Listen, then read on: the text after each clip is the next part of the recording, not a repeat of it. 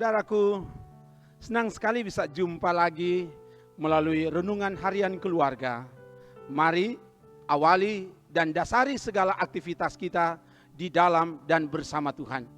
Sebab Yesus pernah katakan dalam Yohanes 15 ayat 5b, di luar aku kamu tidak dapat berbuat apa-apa.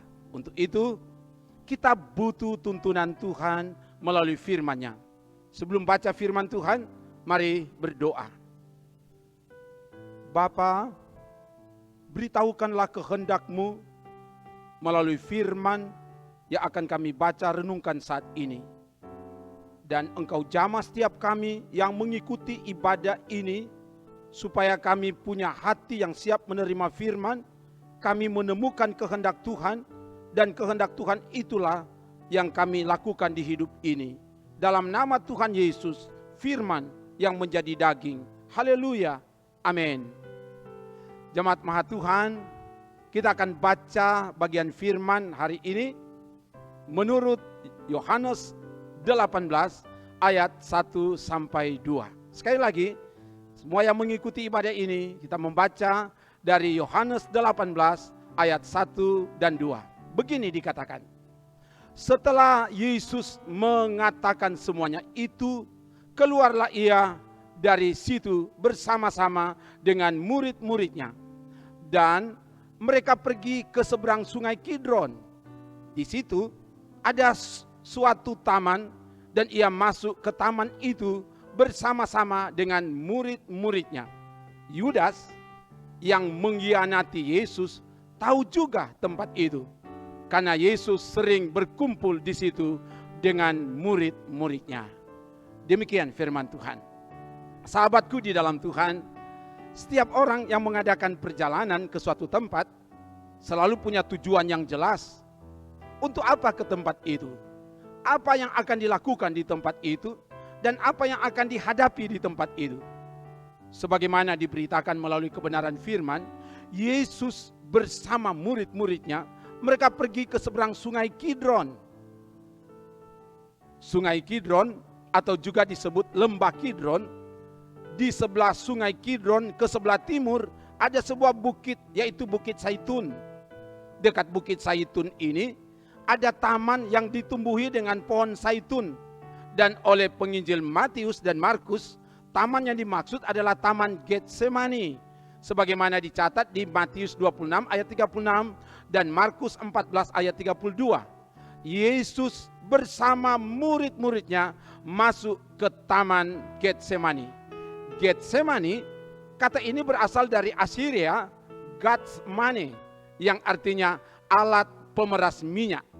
Di tempat ini, Yesus dan murid-muridnya sering datang berkumpul, mengasingkan diri dari keramaian, kebisingan, dan kesibukan. Mereka datang untuk bersaat teduh dan berdoa. Di tempat ini, dengan bersaat teduh dan berdoa, di situ ada ketenangan, kedamaian, ada rasa aman, terhindar dari bahaya dan ancaman. Di tempat ini juga Yudas datang karena dia tahu tempat itu.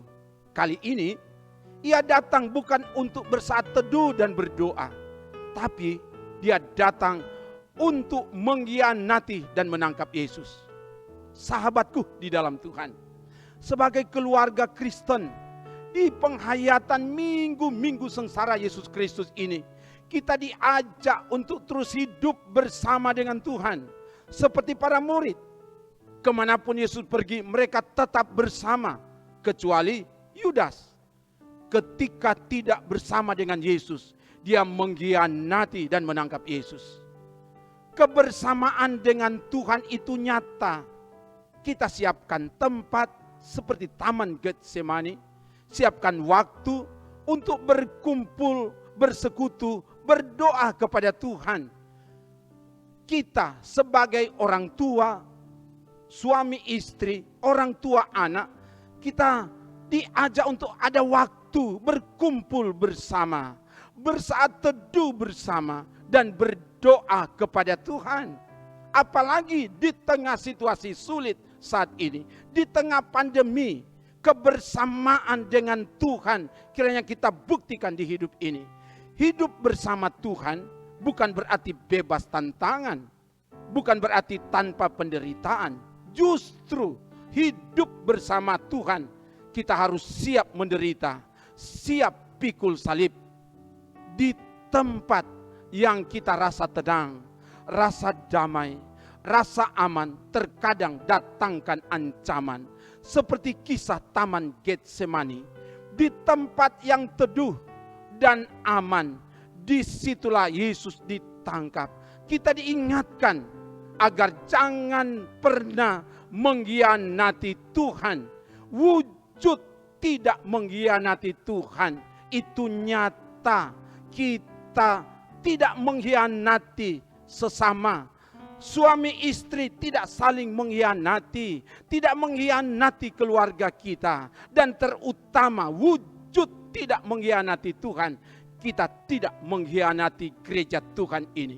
Semoga demikian. Haleluya. Amin.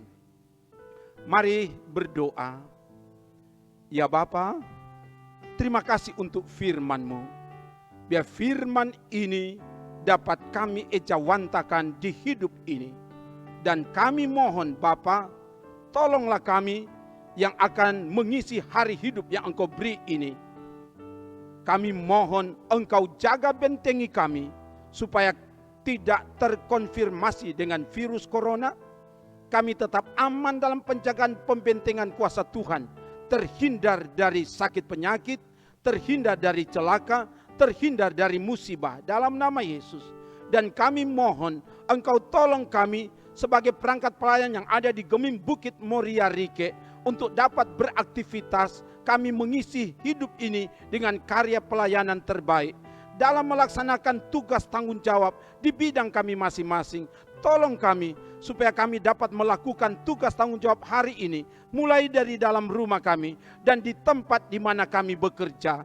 Dan kami mohon Tuhan berkati seluruh anggota jemaat yang ada di Gemim Bukit Moria Rike. Dan juga diberkati semua yang boleh mengikuti renungan harian keluarga dari YouTube Gemim Bukit Moria Rike ini.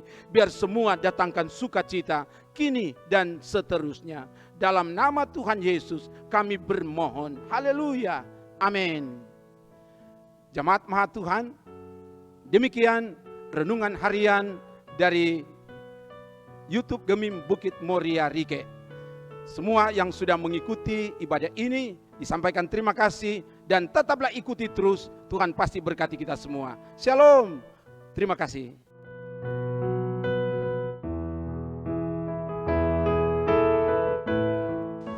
Jangan lupa subscribe channel Gemim Bukit Moria Rike.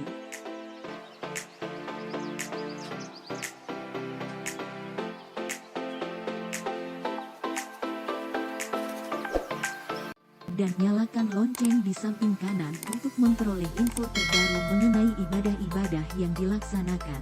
Salam sehat. Tuhan Yesus memberkati kita semua. Shalom.